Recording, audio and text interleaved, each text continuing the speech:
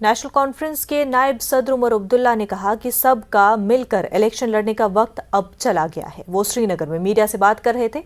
عمر نے کہا اگنی پتھ اسکیم کے خلاف پرتشدد مظاہرے سپانسرڈ نہیں ہو سکتے تھے۔ ان کا کہنا ہے کہ کچھ عناصر نے تاہم ان مظاہروں سے فائدہ اٹھانے کی کوشش کی ہے۔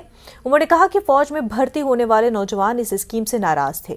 عمر عبداللہ نے گپکار الائنس کو چھوڑ کر جانے والے لیڈران کو بھی آڑے ہاتھوں لیا۔ عمر نے کہا کہ اگر وہ لوگ مخلص تھے تو وہ دلی میں اپنے اثر و رسوخ کا استعمال کریں اور لوگوں کو آزادانہ طور پر فیصلہ کرنے کا اختیار دلائیں۔ عمر نے کہا کہ لوگ موجودہ انتظامیہ سے خوش نہیں ہیں اور وہ انتخابات چاہتے ہیں۔ پالیٹکس میں ہوتا ہے، کوئی آیا کوئی گیا۔ کیوں آئے تھے پھر؟ اگر ان کو پی ایچ ڈی میں سارا کچھ اچھا نہیں لگا، آئے کیوں؟ کس وجوہات کے بنیاد پہ گئے؟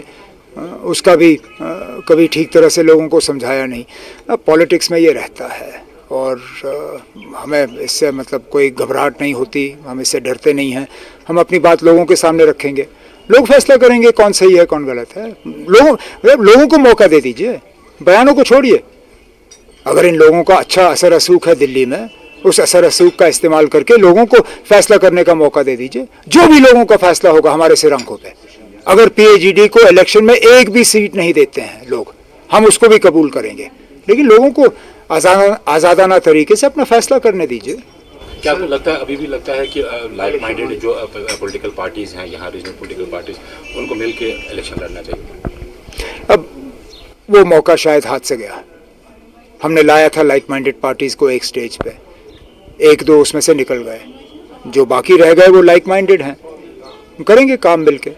باقی الیکشن میں کیا ہوگا وہ پی ایچ ڈی کے جو حکمران ہیں، جو اس کے آفس بیئررز ہیں، جو لیڈر ہیں، وہ طے کریں گے۔ لوگ مطمئن ہوتے تو شاید پھر وہ ہماری بات کو نہیں مانتے، لیکن آج لوگ چاہتے ہیں کہ الیکشن ہو، ان کو ایک ایسی حکومت ملے جو لوگوں کے مطالبے سنے اور ان کے مشکلات کو حل کریں، کم کریں۔ آج سننے والا کوئی نہیں ہے۔ اب ایک لیفٹیننٹ گورنر کتنا سنے گا؟ 3 ایڈوائزر کہاں تک جائیں گے؟ جموں کشمیر ایک بہت بڑا علاقہ ہے، بہت بڑی جگہ ہے۔ یہاں ایک دو آدمی جو ہیں اکیلے کام نہیں کر سکتے۔ تبھی تو جمہوریت کا جو ہے ایک یہ تقاضا ہے کہ آپ الیکٹ کر کے نمائندے بھیجتے ہیں۔ اور ان کی یہ کوشش تھی کہ ڈی ڈی سی جو ہیں وہ ایم ایل اے کے متبادل جو ہیں وہ ایک انسٹیٹیوشن بنے، وہ ہوا نہیں۔ D D C B D C جو آپ کے حلقہ جو ہیں وہ ایم ایل اے کا کام کر نہیں سکتے، اور تبھی جا کے لوگ چاہتے ہیں کہ الیکشن ہو۔ اب کب کرائیں گے الیکشن، یہ ان تک ہے۔ کانفرنس کے صدر ڈاکٹر فاروق عبداللہ نے کہا ہے کہ اس وقت ان کے صدر کے عہدے کے لیے امیدوار بننے سے زیادہ جموں کشمیر کے لوگوں کو درپیش مشکلات کو دور کرنے کے لیے کام کرنا ہے۔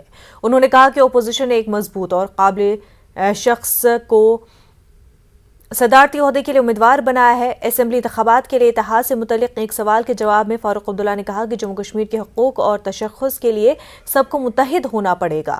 این سی صدر نے کہا کہ معصوم افراد کو قتل کرنے کا کوئی جواز نہیں ہے۔